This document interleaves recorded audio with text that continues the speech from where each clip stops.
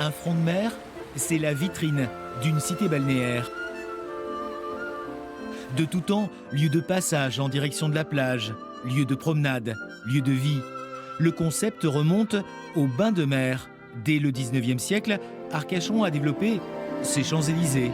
Et le front de mer est devenu tribune, le bassin devenu spectacle. C'est cette idée qui revient aujourd'hui. Les rebords facilitent l'assise comme dans un amphithéâtre. Les accès sont plus simples, les balustrades restaurées. C'est l'endroit magique arcachonnais. Il avait 30 ans, donc 30 ans, il était usé. On a décidé dans ce projet-là de le refabriquer entièrement. Les travaux ont démarré après la saison estivale 2023.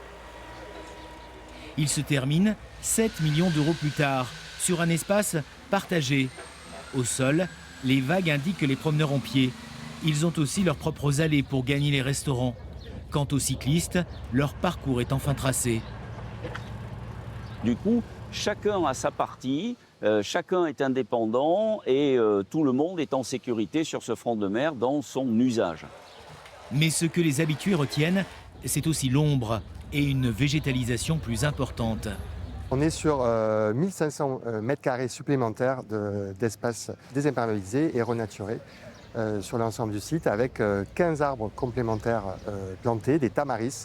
Le front relève la tête et les passants s'en rendent compte. Et c'était pas très, très beau. Et je reconnais que là, ça met Arcachon en valeur. Ça donne du jeune, du peps, du renouveau. Non, moi, je suis contente, je suis ravie. L'intérêt de ce front de mer, c'est que c'est très ombragé.